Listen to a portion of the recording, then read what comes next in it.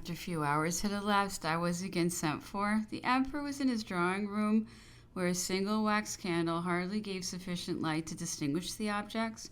He came towards me, took me by the ears, and said, laughing, "You thought I had lost all my strength in this horrible climate." I was struck with astonishment and remained motionless when I heard some person laugh close to me.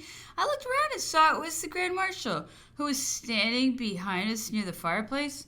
Napoleon asked me some questions relative to the subjects we had been conversing upon a few hours before, and then began to speak about anatomy, physiology, and the phenomenon of generation. His observations were learned, just, and precise, abounding with new views and ideas on the subjects he was discussing. He made me undergo a rigorous examination in the shape of a conversation which lasted above an hour. I was fortunate enough to answer his questions in a manner that satisfied him, and he expressed his satisfaction in very kind and highly flattering terms, after which he bade me retire. Count Bertrand was present during this long interview, but did not say a single word. 23rd September. I went to see the emperor and found him lying on a camp bed.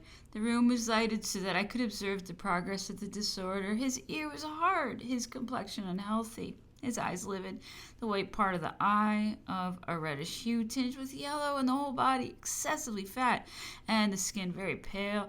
I examined the tongue and found it slightly covered with a whitish substance. He was seized with violent and prolonged sneezing, sometimes accompanied by a dry cough, followed by a viscous expectoration, the nature of which varied from one moment to the other.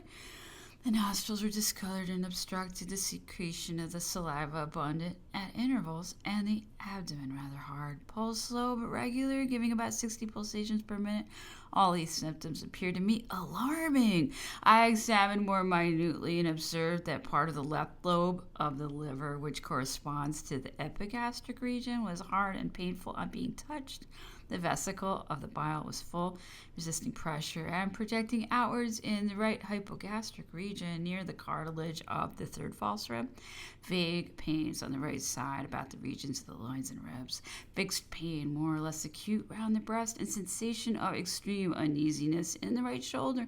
On pressing the pit of the stomach, breathing was rendered more difficult. Napoleon also complained of a pain which varied in intensity and which had long affected the right hypochondriac region.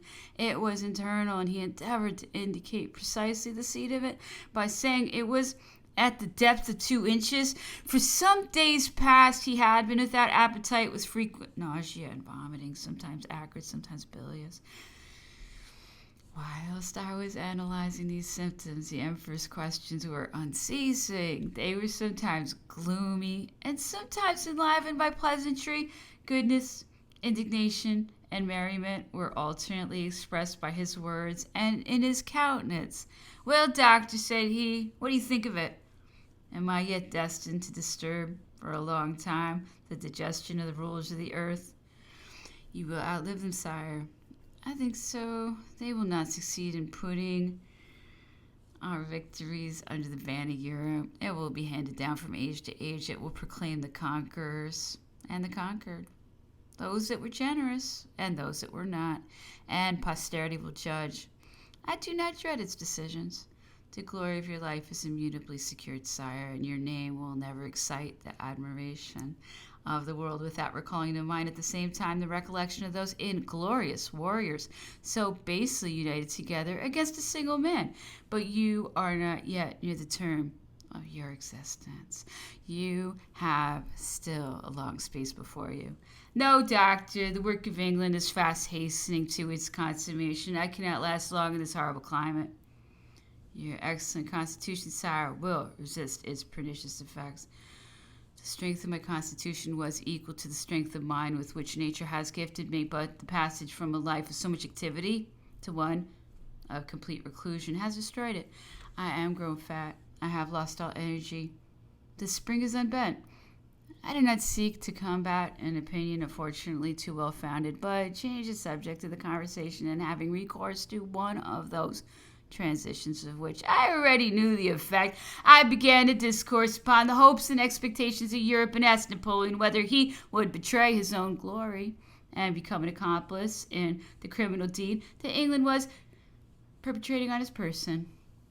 Well, be it so, said he. I like your frankness, your independent spirit. You have given up everything to come and attend me.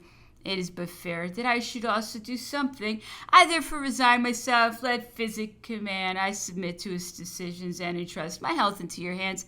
But for that purpose, I think it right to give you an account of the habits I have contracted and of the affectations to which I am subject. I am habitually costive. I have been so from childhood, and the habit grows daily stronger and more painful. But for baths and I could not endure it, and I am even sometimes obliged, in addition to these remedies, to take emollient beverages and herb broths, and to observe a diet. Sometimes even all of these means are ineffectual, and I am obliged to have recourse to my heroic remedy, the soup à la reine. That composition of milk, yolk of egg, and sugar produces upon me the effect of a lenient purgative, and never fails to administer relief. It is to this day the only medicine I have employed. Urinary functions have never been satisfactorily performed. I have always experienced great difficulty in that respect, and the more so as the want was more frequently felt. However, this sometimes slumbered and gave me every night some hours of repose, which satisfied nature, and I gained the time that indolence would have absorbed.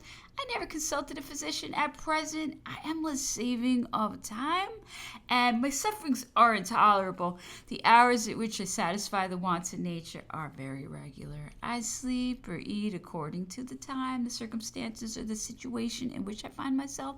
In general, my sleep is placid and peaceful, and should suffering or any accident interrupt it, I jump out of bed, call for a light, walk about, work, and fix my mind upon some object. Sometimes I remain in the dark. I pass into another room, go into another bed, or stretch myself on a sofa.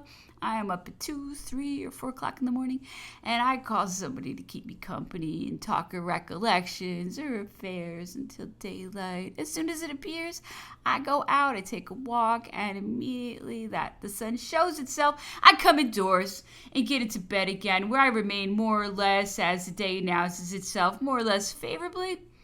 If it turns out bad, I experience irritation or uneasiness. I try the experiment I have already mentioned to you.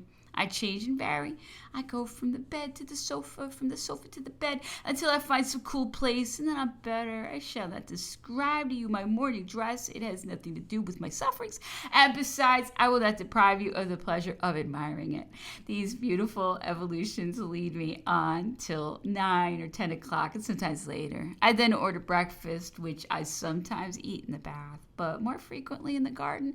Either Bertrand or Montand keeps me company, and sometimes both. The police of the table is always the province of the physician, and it is therefore proper that I give you a description of mine. It consists of a soup, 2 dishes of meat, 1 dish of vegetable, and salad when I can get it. My beverage is half a bottle of claret diluted with a great deal of water, and a small quantity pure at the end of the dinner. Sometimes when I'm tired of the claret, I take champagne instead, and that is an infallible way of exciting the stomach. I asked him what was the kind of vegetable he ate most frequently. Potatoes, lentils, peas, French beans, and cauliflower, said he. But do you know that we put the whole island in a tumult by asking for lentils? They would not believe us. We only asked as a joke, but not to make any use of them. Lentils? Lentils are not food for men. The cook insisted, was laughed at, and refused, and with difficulty obtained that some should be sent for from the cave. I was desirous to know in what manner his meat was dressed, and whether it was made rich or strongly spiced. It consists, said he, of chops or leg of mutton, of which I like the part that is the most roasted and brownest. I am fond of plain cooking, and do not like cooks who are only wits in their art. A good étouffée à la Genoise, a pilot à la Milanaise, a Talleyrand à la Corse are preferable, in my opinion, to all the wonders of the art of Beauvilliers.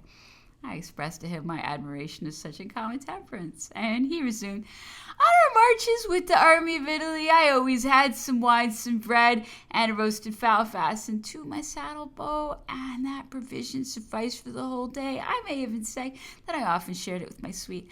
I thus saved time and economized on the table for the field of battle. I eat fast and masticate very little. My meals, therefore, do not consume much of my time. This is not what you must approve. I know. But in the situation in which I am placed, what need have I to trouble myself about care and mastication? I am attacked with a chronic hepatitis, a disorder endemic in this horrible climate. I must fall a prey to it. I must expiate on this rock the glory I have shed over France and the blows I have inflicted upon England, and see how they proceed. It is now more than a year since they had deprived me of all medical assistance. I have not been allowed to have a physician in whom I had confidence, and have been debarred from the right of trying the resources of art. The wretch thinks my agony too slow. He hastens its progress. My death is the object of all his wishes. He grudges even the air I breathe. Will you believe that his attempts against me have been open and continued? General Montsalon was ill, and he refused to communicate with Bertrand and wished to open a correspondence direct with me. He sent me his satellites twice a day. Reed, Wynyard, his confidential officers beset these miserable cabins and wanted to penetrate to my apartments. But I caused the door to be barricaded, loaded my guns and my pistols, and have kept them so ever since, and swore that I would blow out the brains of the first that violated my asylum. They then retired, vociferating that they wanted to see Napoleon Bonaparte, and that they should find means to oblige Bonaparte to appear. I then thought those disgraceful scenes at an end, but they were repeated every day with greater violence, and I was assailed with threats, vociferations, and letters full of abuse. My servants threw those papers into the fire, but exasperation had reached the highest pitch, and a catastrophe might ensue from one moment to another. Never had I been so much exposed. It was the 16th of August, and these outrages had lasted ever since the 11th. I at last sent to inform the governor that my patience was exhausted, and my mind fully made up to dispatch the first of his people who should pass the threshold of my door. This warning had its due effect and put an end to these insulting proceedings. It is an additional act of cruelty on the part of the English government to have selected such a man, but iniquity seeks iniquity, and guesses where it is to be found, and ministers never meditate any atrocity without meeting with some corsair ready to assist them in the execution. I freely and voluntarily abdicated in favor of my son and of the Constitution, and freely and voluntarily bent my steps towards England, where I wished to live in retirement and under the protection of its laws. Its laws! Does aristocracy know any law? Is there a crime it will hesitate to commit, or a right it will scruple to trample underfoot? Its chiefs have all laid prostrate before my eagles. To some I gave crowns out of the fruit of my victories. I replaced others on the thrones from which victory had hurled them. I showed clemency, magnanimity towards all, and all have betrayed me, deserted me, and basely contributed to rivet my chains. I am at the mercy of a freebooter.